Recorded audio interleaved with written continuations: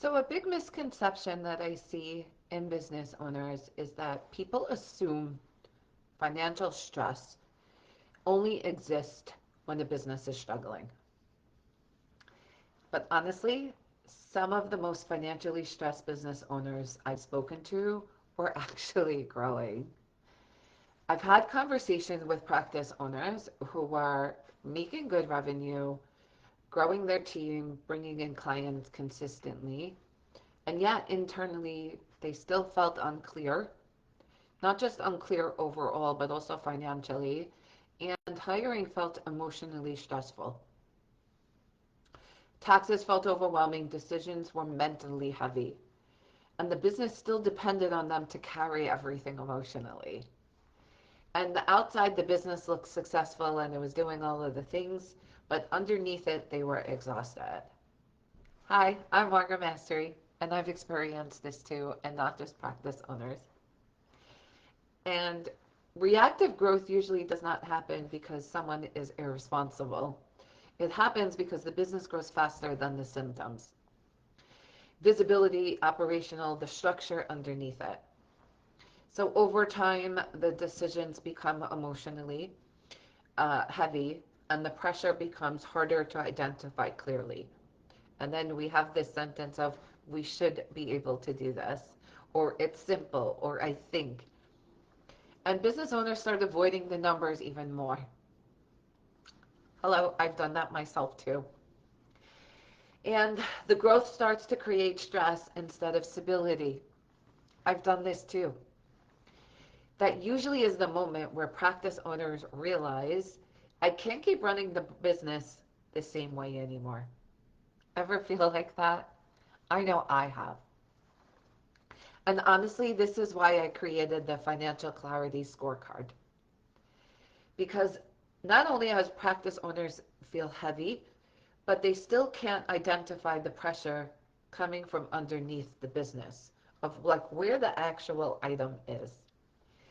And the assessment is going to help you recognize where the things are that you're being reactive and what stage the business is operating from and what areas may need structure before scaling further. So what I did was is that I went back to thousands upon thousands of mental health owners that I've worked with and are working with, and I created this scorecard.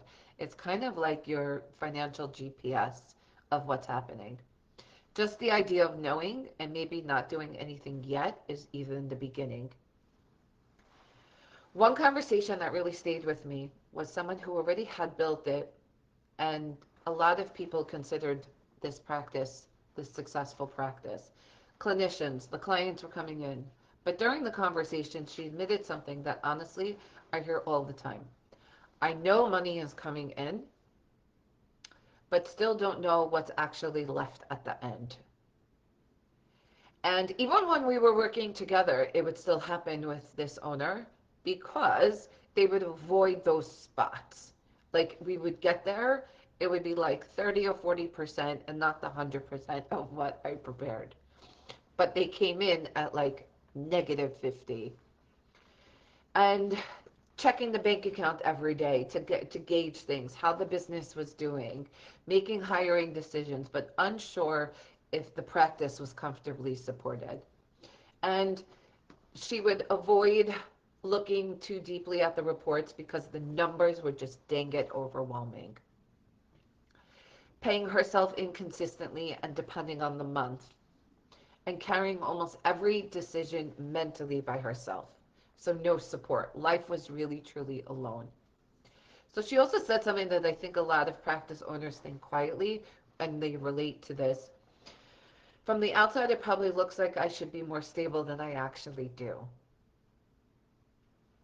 And honestly, that's such a real stage for many growing practices, and chances are that can come in many shapes or forms because the business technically grew, but the clarity didn't catch up yet.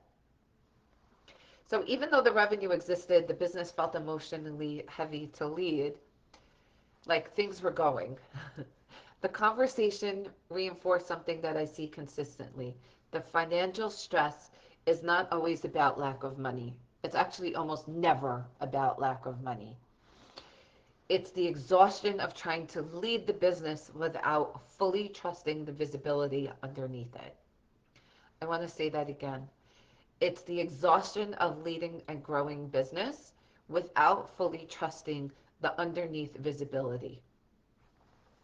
More revenue doesn't automatically create peace. It just elevates more of the same problems, exacerbates them with bigger depth, bigger growth, and a larger stacked order. Without the visibility underneath, it often increases the pressure too. So it's just that big headache that happens with it. That's why the goal is not a bigger practice, it's building the process that actually feels sustainable to lead.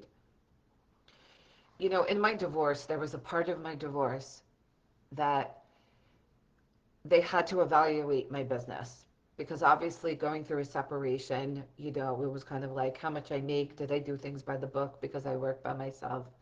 And what ended up happening was is that the firm that had to evaluate my business, we ended up becoming like very good colleagues because he was like, boy, do you do things by the book. And like, you're just a person who just demonstrates your systems.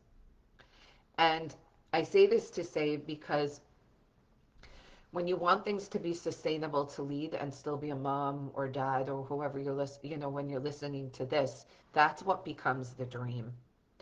And what he did say, which is what I practice, is that sometimes people could have, for what I have, let's say that maybe not as many clients or whatever, I was still bringing in as much profit and growth because of how I was leading it. And this is what I built into the scorecard. So eventually, growing businesses reach a point where clarity becomes necessary, but unfortunately, people are reading too long. And the structure not only becomes necessary, the reactive operations stop working long term. If you've been feeling this, I want you to take this financial clarity scorecard, and it's going to help you identify where the business is reactive and creating the most pressure underneath the surface. I can't say that enough. It's what's creating pressure underneath the surface. And what I realized too from a lot of my sales calls is that that's what was happening to clients on the sales call, is that they were seeing that underlying pressure and they were like feeling like ugly and they were like, let me fix that first. But you can't fix that without the proper help and support. And the stage that your practice is currently operating from is what we're going to establish in the scorecard. And I encourage you to take that today. I thank you so much for listening. I cannot wait to hear your comments below. I hope you're enjoying these many videos consistently throughout the week. And I cannot wait to see your scorecard, your results, so that we can work together on this and next steps. Any questions, as always, let me know. And thank you all for listening.